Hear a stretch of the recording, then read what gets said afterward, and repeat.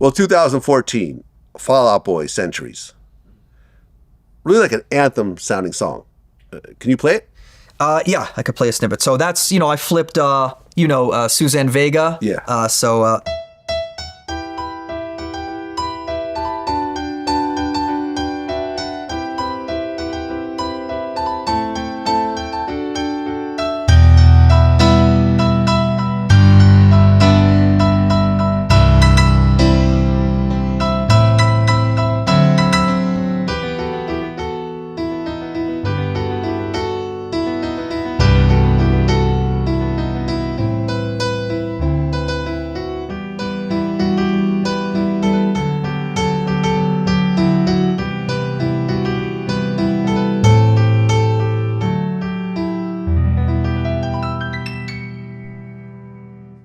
Well, it's interesting how the first part was the Tom's Diner, but then it goes totally in a different direction. Yes.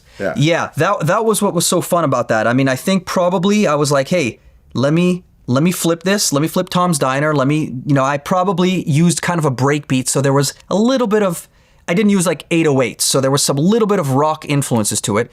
If I'm being honest with you, I don't even know if I was thinking Fall Out Boy. I didn't even know they were working with like outside producers like that. We were probably just making a pop track with a hook. I was with my, two songwriters that I really like, Justin Tranter, one of the great songwriters right now, and Raja, and like he came up with the concept of Centuries. For all I know, we were probably gonna maybe even pitch it to somebody like Rihanna, but it got in the hands, the track, basically the beat and the hook, which is how we were shopping a lot of beats back then. Like, let's make sure there's a hook on it. Got into the hands of their manager, and they loved it.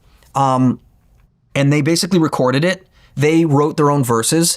And then this was one of those times where they, in their own studio, they recorded like real guitars and real drums. So I had this fun task of like, I was taking my program drums and all my stuff and blending real instruments to it. And it became what it became. And yeah, that one is like one of those ones I didn't really feel, just like I was telling you some big Southern rap records that I had, which I didn't really know were like that big, like Plies Becky and things like that. Because I was never really a big rock person. I think like I was like, man, I wish I was hearing the song on the radio more, but it ended up getting in a lot of sports things. It was like a real sports anthem, and it really did, amazing. And maybe on the rock charts, maybe it wasn't number one, but I was only listening for rap and pop. And so I'm like, man, I remember telling the record company at the time, I was like, can we do a remix where I do more urban? How do I get this to be a pop, thing? And the guy was like, man, you made a rock song. Just be happy you made a rock song. In retrospect, yeah, I'm very happy with that, because other rock bands like, Panic at the Disco and Weezer, I probably ended up working with them from that song. But yeah, again, lucky to be a part of that song, and wasn't even intending for it to open up, doors where now I was seeing, hey, this guy can also do rock. Well, after that, you started working on the second season of the TV show Empire. Yeah. I mean, it's interesting how you first went to school for film scoring, and then way later you actually worked on TV shows and so forth. Yeah, totally. That's a very good point. Yeah, I mean, I did a couple beats for like Entourage on HBO, but that was my first time where I was like, hey, you're doing the majority. I mean, I think at the time maybe Timbaland was doing some songs and I was doing Ne-Yo. Yeah, so there's three camps. It was like Timbaland, Ne-Yo, and me and my camp. And yeah, I mean, listen, it was a really cool experience, because in that show, it wasn't exactly film scoring, where you're doing the dramatic kind of stuff like that. You're making songs for the characters. Yeah, they're actually performing. Right. So, for example, like Powerful with Jussie Smollett and Alicia Keys. Yeah. So exactly. Was Jussie wearing the MAGA hat and the noose around his neck when he did the song? He was not. He was with a Subway sandwich in his hand, or did that come later? Man, that was so crazy. I think no. So they were recording a lot of that stuff in Chicago, I think, where they were filming. So we were, we were writing the stuff, in my studio in LA, and then yeah, they would film it on location. And one thing that I kind of enjoyed about that show is like the TV world and the music world are very different. Music world, you could send somebody a song, they could sit on it for a year, not put it out, not pay you, not this or that. The TV world is working in these like time constrictions. Hey, we need a song for Jussie to sing about so-and-so. It's got to be a ballad. They'll give you the parameters. And because of my kind of like OCD, just ability to be very organized, I was able to thrive in that atmosphere because I would be given a brief. Hey, the characters have to write a song about this, or the girl group on the show has to do this. The song has to be about this subject. You can't say this, you can't say that. And we would create these songs very, very, very quickly. Send it there. Now, Powerful was one of those ones where it kind of like went even further than some of the other songs because they got Alicia Keys on it, and it was maybe one of the better songs that I did. But there was a lot of stuff where we'd be like, hey, you have 48 hours, you guys, we need 3 songs from you. This character needs this song, the girl group needs this, Jesse needs this. And we'd send it off, they'd record it immediately, and it would come out super quick turnarounds. You know, was it my favorite show? It wasn't really like, I wasn't just like glued to the screen watching the show, but I was very like happy that, I was making music for a show that it's a pretty hot show while it was on until what you pointed out, until all that drama. Yeah, I mean, that pretty much ended the whole show. After that happened, that was pretty much... Man, I bet all the cast and crew they're more mad than I am that like, He just got pardoned though. I think he like won his appeal and... Did he something. Really? Yeah. It's kind of wild. Is that one of those ones where it was just like O.J. Simpson? Everybody knew he was guilty. Like I interviewed the 2 Nigerian brothers that he paid to beat him up.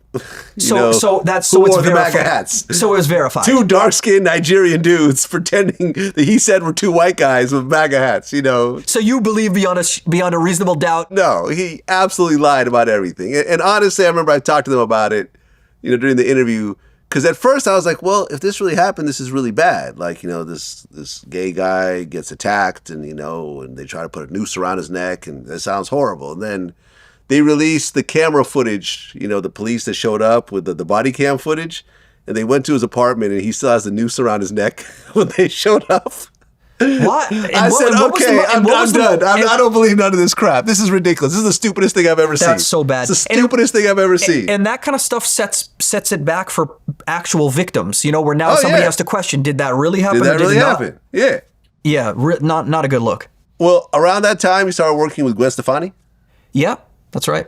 And you actually gave her first #1 album?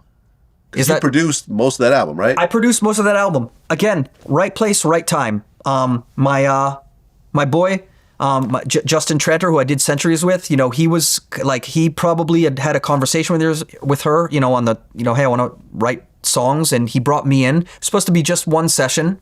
It was a really interesting time in her career too. I think she was like getting a divorce from, and she was with the guy she's with now, Blake Shelton. Yeah. So she was really so she was coming in, and man, that experience was so amazing because like it's Gwen Stefani, bona fide superstar. Mm-hmm. And to see how just relatively humble, like you'd think somebody like that is just going to be like, they could be anything. They could be a diva and you'd accept it. But she came in, solo, and she was really feeling a lot of emotions because she was in that era and she wanted to tell that story on that song and that album. And that was one of those times where, it's lucky for me just with my piano training and understanding different genres where she was able to say, hey, JR, I want to do a song that has these kind of chords, or I forget what refs she gave me, but I was able to absorb it and kind of, she saw like, hey, I could really like tell my whole story with this team. And so what one session turned into producing the majority of the album. And that was a really, really like magical experience because I just, for her to just be so humble and so cool, and she's the real deal. Like she was, yes, there was other songwriters there, but she was writing a lot of the stuff herself. She had a very clear direction. Sometimes a lot of artists, they don't know exactly what they want to say or what direction, maybe because she was such an OG and has done so many great things. But that's one of those times where I saw, wow, I see why you're at the level that you're at. You really are the real deal.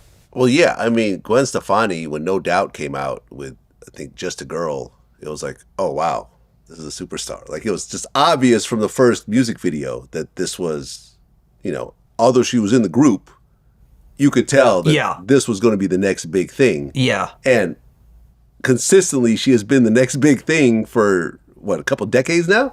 Totally. And obviously she, of course, the producers and writers that she's been around, like when she did, Hollaback Girl, of course, she's been around the right people, but it takes also a vision of an artist to be like, hey, I want to get with that producer, because that wasn't necessarily an expected move to make at the time. Mm-hmm. So, Yeah. So I give her a lot of credit for kind of like reinventing herself, and obviously she did amazing stuff with Dr. Dre, right? Like Rich Girl and and all that kind of stuff. So yeah, she's I can't say enough amazing things about her. Like people like her and Keith Urban. I've been lucky to be in the studio with some people who are like, wow, that as a producer. Because I'm in with a lot of different kinds of artists. Some are just okay. Some are a little mediocre. Some are like more like they just need a hit. And then others are like, wow, you're a real true artist. And I wish every session that I did, I wish every opportunity I was in was like on a level like that. Because once you're in like that, believe me, it's hard to go back to just a whack, rapper that just, you know what it is.